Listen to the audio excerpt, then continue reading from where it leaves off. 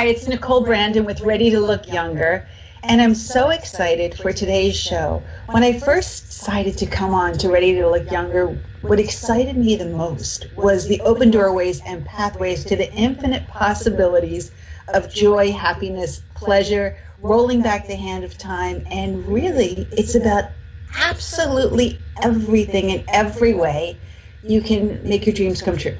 Have the life that you knew you were meant to live, and have nothing stop you. Have no walls, no barriers, no hurdles, nothing that stands in the way of leading the life of your dreams. And I know we came on and I was going through their website and I said, oh my gosh, there's so much about sex. There's so many articles, so many books, so many conversations. And what I realized is that so many people really want to thrive. They want to become alive.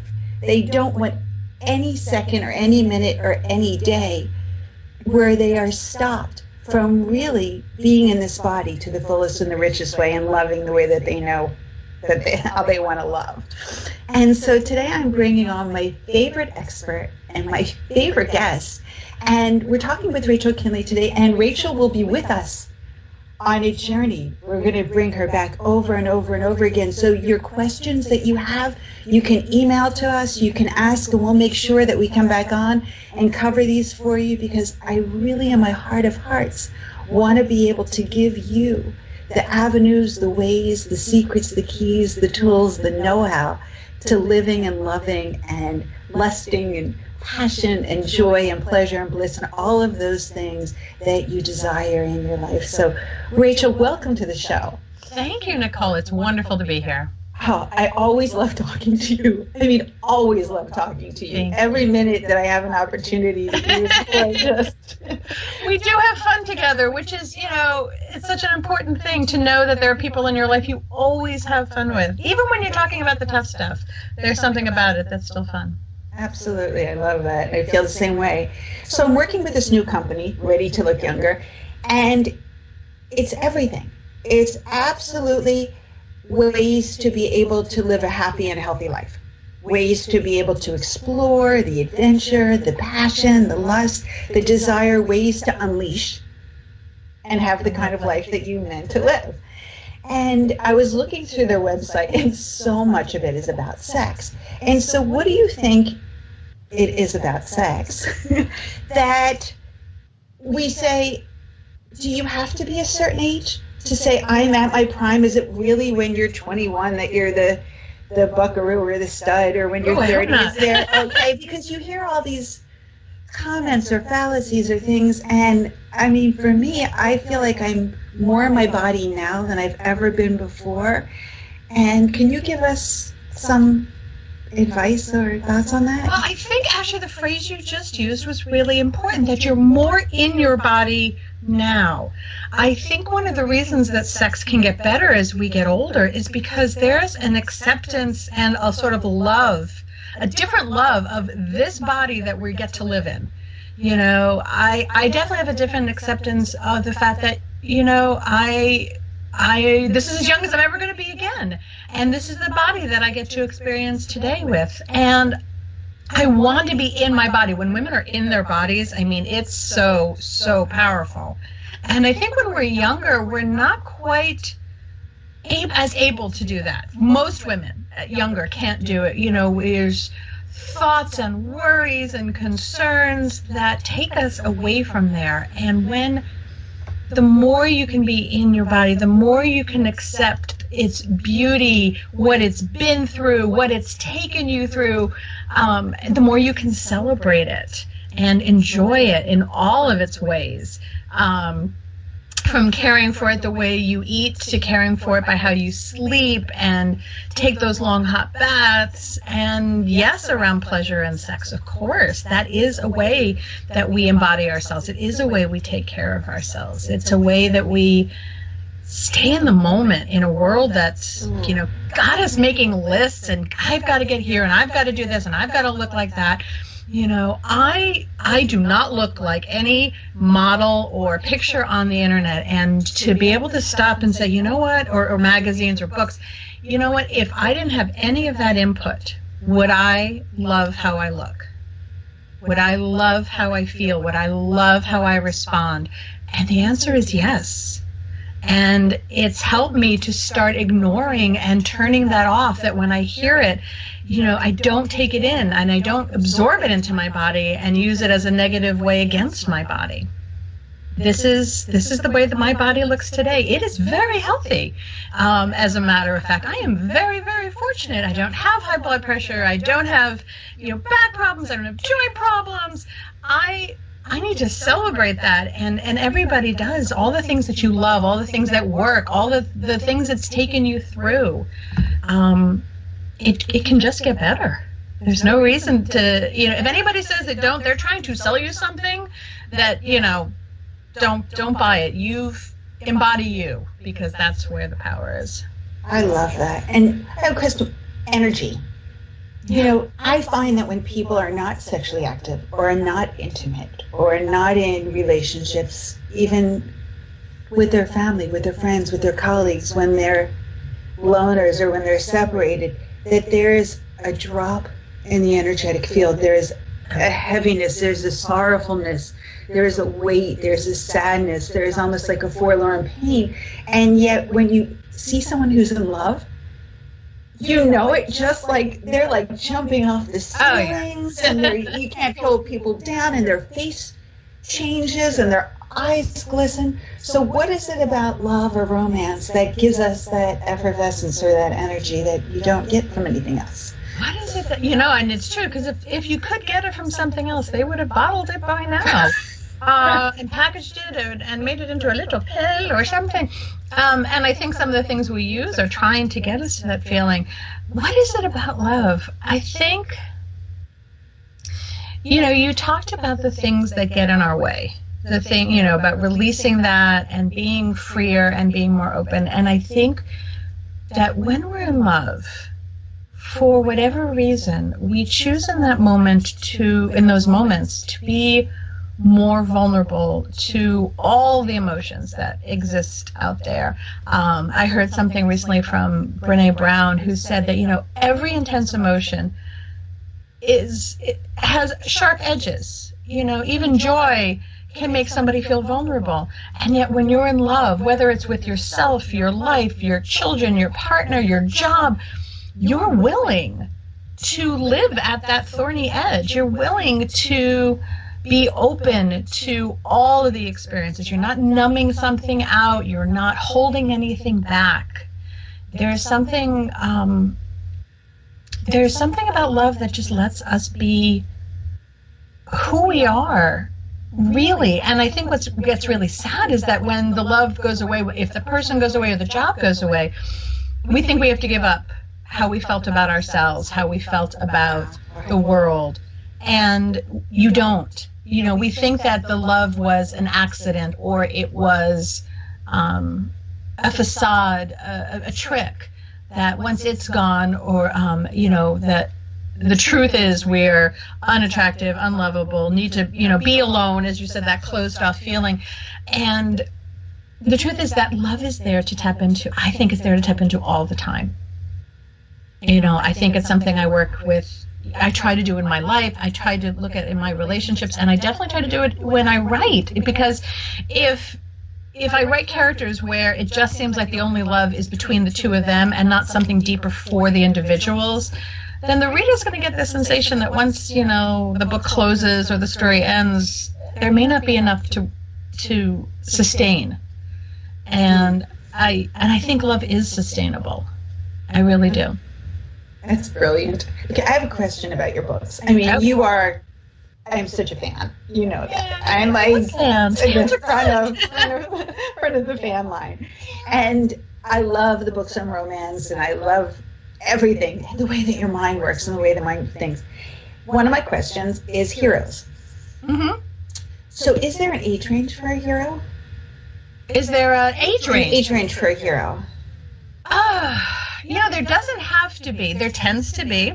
And I'll tell you, this is one of the nice things about publishing now. If you're trying to publish traditionally, which means going through the quote-unquote New York publishers or some of the bigger ones that are just outside New York, like Source Books and things like that, then you're going to be seeing heroes who are in their late 20s to early 30s by and large, and then heroines who are just a little younger than that. And I hate to say it, but sadly, part of the reason for that is not the readers, but the buyers, the editors, the people in the marketing department. It tends to be a young field. So they want to read things that are if you're writing adult romance, they want to read things that are sort of more in tune with their age range. So that's what you're going to see. Does that mean you can't have an older hero? Absolutely not. And in fact, in this age of independent and self-publishing, both of which have gotten a great deal of respect and traction, then you can have your hero and your heroine be any age and at any stage you want them to be. You're going to take, if you want to make sure you reach an audience, you're going to have to do a little marketing work and a little outreach, a little blogging, and find the people for whom that resonates. Because the typical see it on the shelf, what people tend to think of is going to be, as I said, that late 20s, early 30s hero. Sometimes you get them a little older than that, but generally speaking, although there is a trope of older women, younger men, and when that happens, again, the hero tends to still be in the 20s, and now we raise the age of the woman, and she tends to be in her late 40s, maybe even early 50s. That's funny, because I think about like James Bond or the most dangerous men in the world or any of these things, and you think about these men or these women, these incredible queens, these sensual beings that literally I know, it's incredible. And then the men who are the movie stars who are getting older. I mean, if you want to use George Clooney as your hero, he's not 30 anymore, girls. Still looks great, but I don't see a reason for it not. And I actually think it would be a wonderful thing for women who are younger, maybe in their 30s and 40s, to be reading about, sensual, loving, connected, passionate relationships of people in their 50s and 60s, because then they can begin to expect it. I think one of the great things about fiction is it shines a light on the things that we wish were true. We couch them in fiction, which is supposedly not true, but it opens our eyes to what we do want. And so if we start writing, and if an author is moved to and feels connected to writing heroes and heroines who are older, I honestly think that it's going to create that awareness that the possibilities never stop.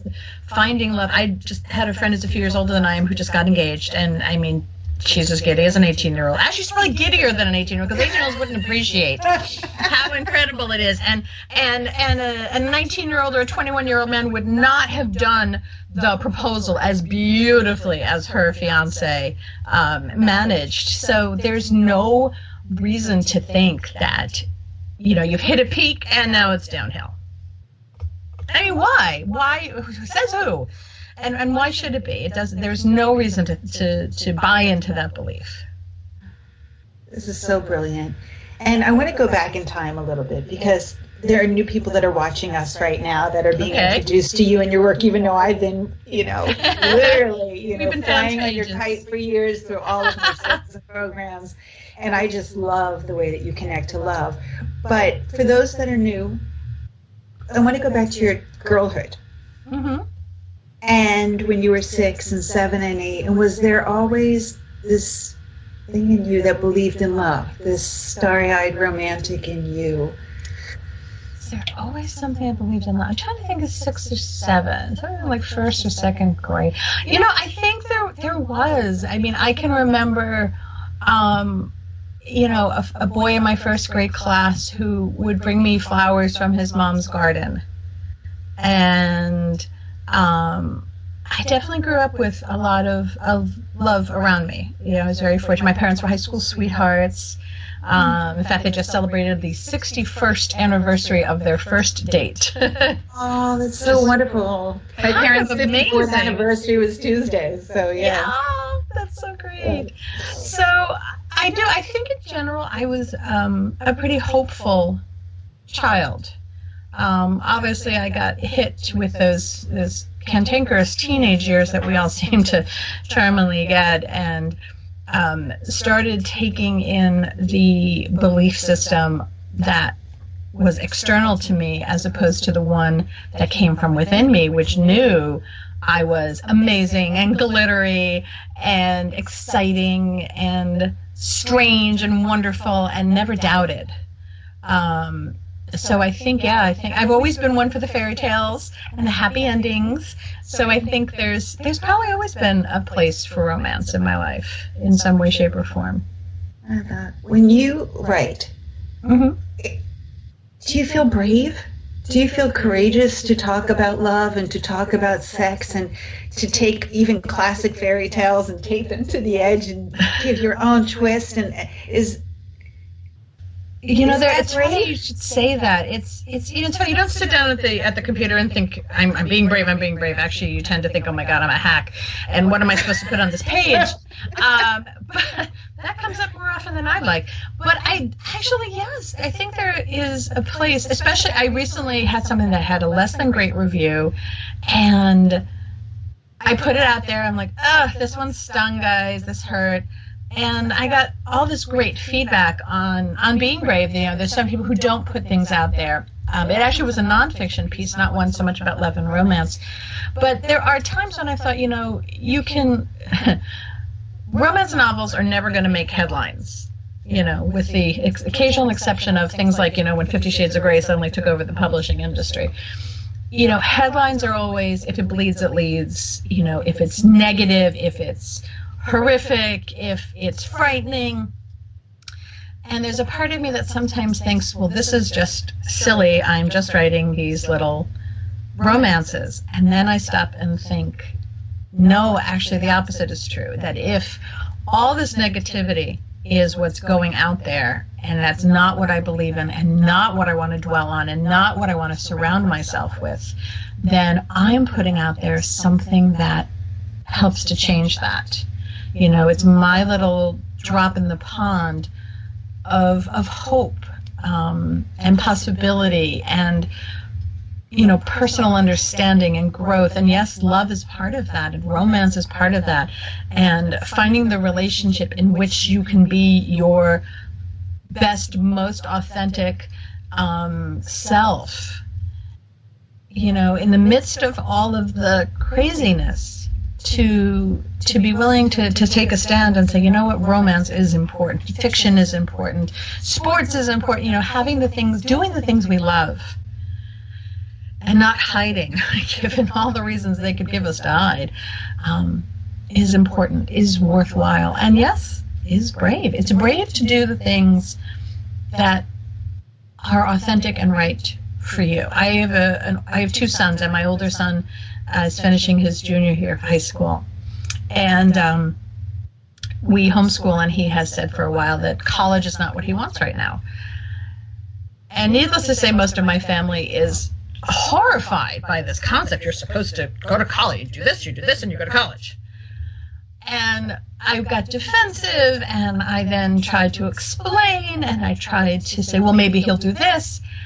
And I suddenly realized, no, he was being really honest and really true, and that was brave. And so I stopped trying to defend, I stopped trying to explain, and I actually told him that I felt his choice, because it was so right for him in the face of other people telling him what his choice should be.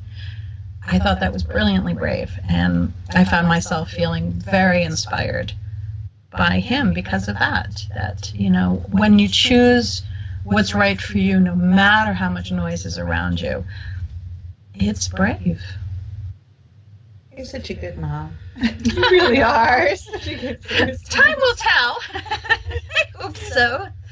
And I know we don't have a lot of time today, but I'd love to talk about your current books and some of what you're doing. And because you said I'm going to be back, and I'm so thrilled to be working on this with you, because these are important topics, and I don't care if they never get the front page. I don't care if we're always relegated to, the lifestyle section. And since when should lifestyle be at the forefront of things? Isn't life the most important thing? But yeah, no, I keep writing. I have books coming out this summer. I actually had an unusual set of fairy tales come out this week, yesterday, May 30th, that I've been working on with a friend. We noticed that the horror genre and the romance genre, believe it or not, were having some overlap, both in theme, sometimes in character, and his genre was getting... the editors were asking for more love scenes, and in my genre, they were asking for darker, edgier work, and we laughed about that. So we did 2 different anthologies, and the second one just came out. It's called Twice Upon an Apocalypse, and we took fairy tales and set them in the world of H.P. Lovecraft, which is the incredible horrors of Cthulhu, and it's the most bizarre world. I have to say, reading those when they were submitted gave me the oddest dreams. Lovecraft will never be my style, but the people took Lovecraft's incredible vision of horror and apocalypse, and they merged it with the sweet and somewhat, occasionally somewhat violent and bloody truth of fairy tales, and there was a little bit of magic there that came out between the two. So that was a very fun one. My co-editor on that one, Scott Goudsworth, that's his field, and he helped to do a brilliant job really getting the right people to get excited about it and retell a fairy tale, because they wouldn't normally have dipped their toes into that realm necessarily. So it's fun. It's fun when you try to do something just a little bit different. It doesn't have to be a lot different. You don't have to feel, oh my God, Rachel Nicole said I've got to do this and do this. No, we're telling you, be your brave, be your juicy, be your excited. If ours inspires you, great. But we want it to be theirs. We want it to be true to them. Absolutely. Unique, original, crisp, clear. Yes. Intuitive, insightful, and something that feels vitally significant. And because that's so moment lasting. in their life. That is so lasting. That's going to come from a foundation, from a core, from a soul in you that just, it won't matter what other people think. You'll still feel brave, but you'll also know that it's the simplicity of that self-truth.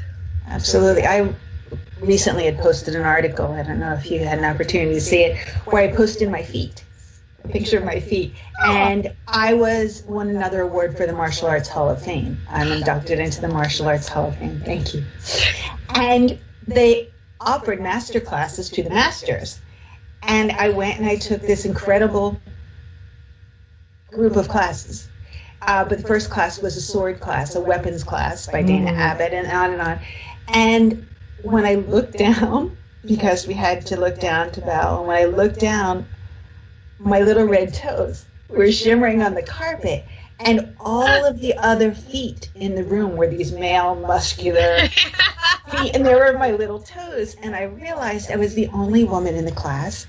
And then the next class, and the next class, and the next class, and I was the only woman, certainly not in the martial arts field. So many women have been honored and are absolutely incredible. But in this particular day, I was the only one that decided to take the classes to go on, yeah.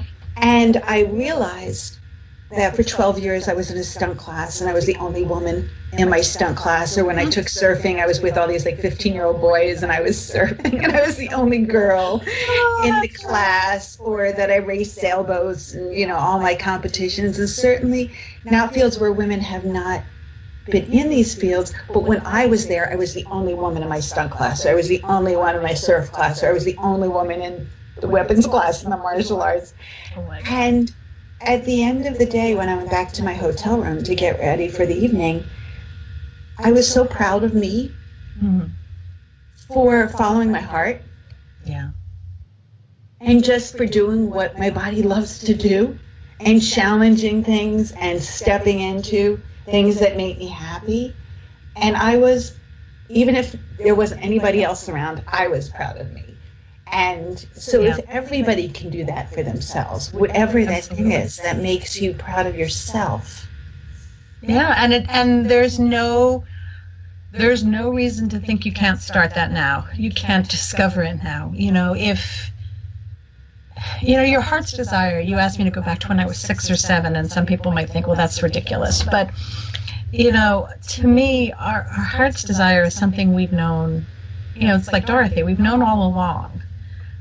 but other things have gotten in the way. You know, there are a lot of distractions on that yellow brick road. And hearing your story, seeing you, and the way you're, and I hope everybody knows it. Everybody knows the way her face lit up when she talked about this, and her little pink and her little red toes, which now whenever she sees them, she will remember that they're a sign of, you know, her both strengths and differences that make Nicole Nicole.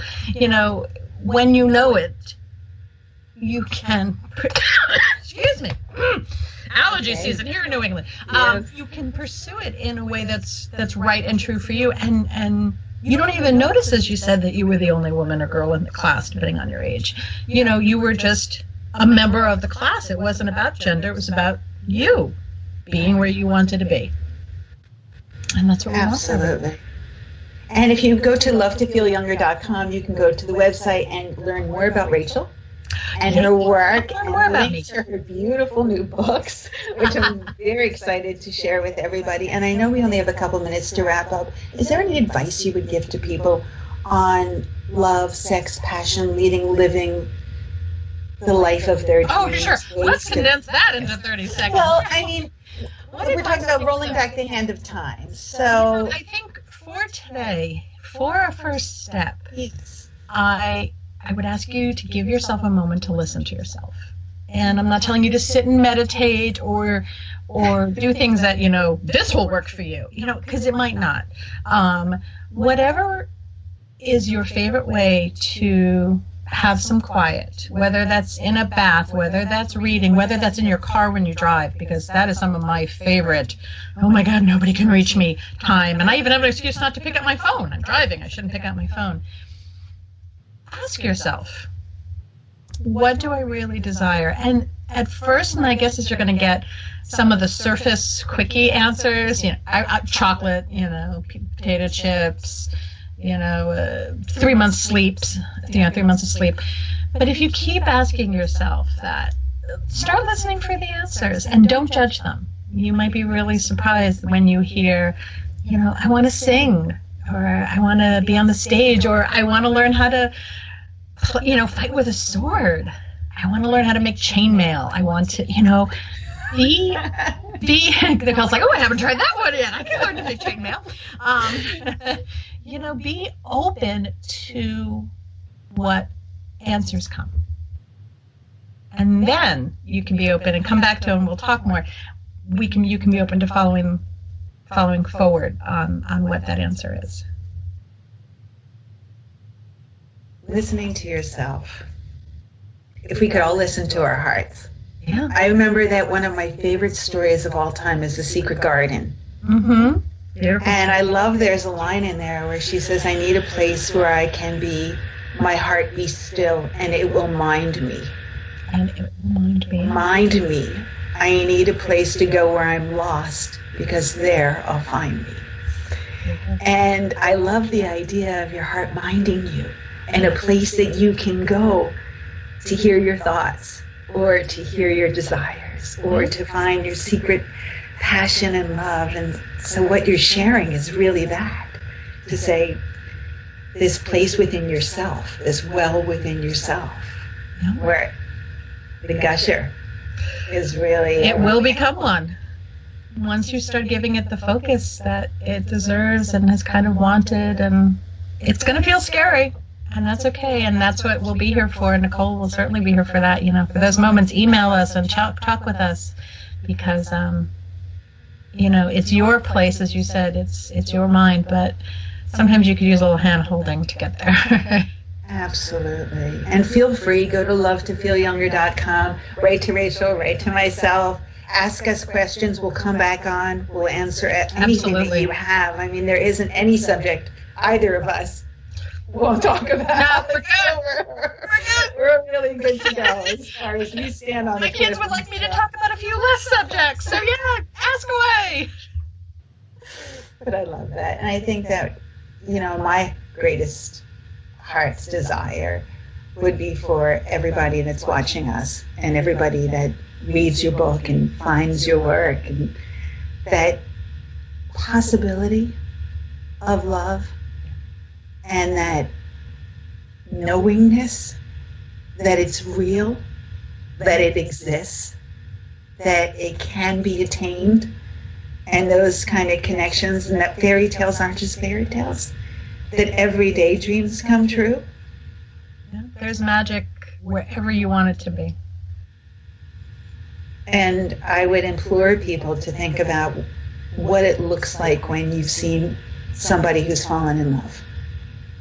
Yeah.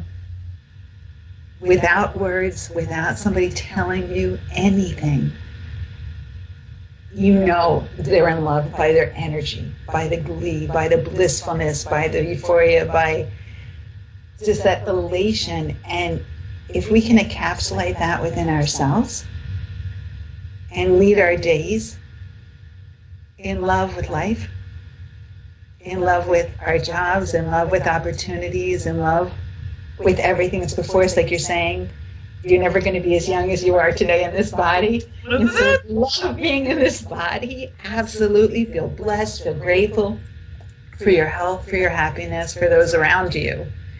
And certainly know that love is attainable, and it's just right in front of you or right on the page of Rachel Kenley's book.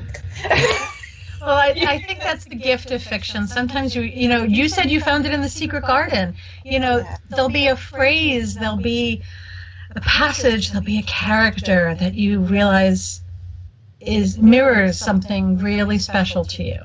And that to me is the gift of fiction, because sometimes, the truth that slips in, you read a nonfiction book, you're like, this is serious. But you read a fiction book or hear a song, read a fairy tale, see a movie, something can slip in that's truer than true. Beautiful. Well, I thank you for being with us today. You are very welcome. I Coming back and back and back. Yes. And there's so much to talk about. It's always a wonderful experience. And for Rachel and for myself and from Ready to Look Younger, we wish you, rolling back the hands of time, passion, love, happiness, joy, pleasure, lust, bliss, glorification of everything magical. And find us on lovetofeelyounger.com, and we look forward to seeing you there.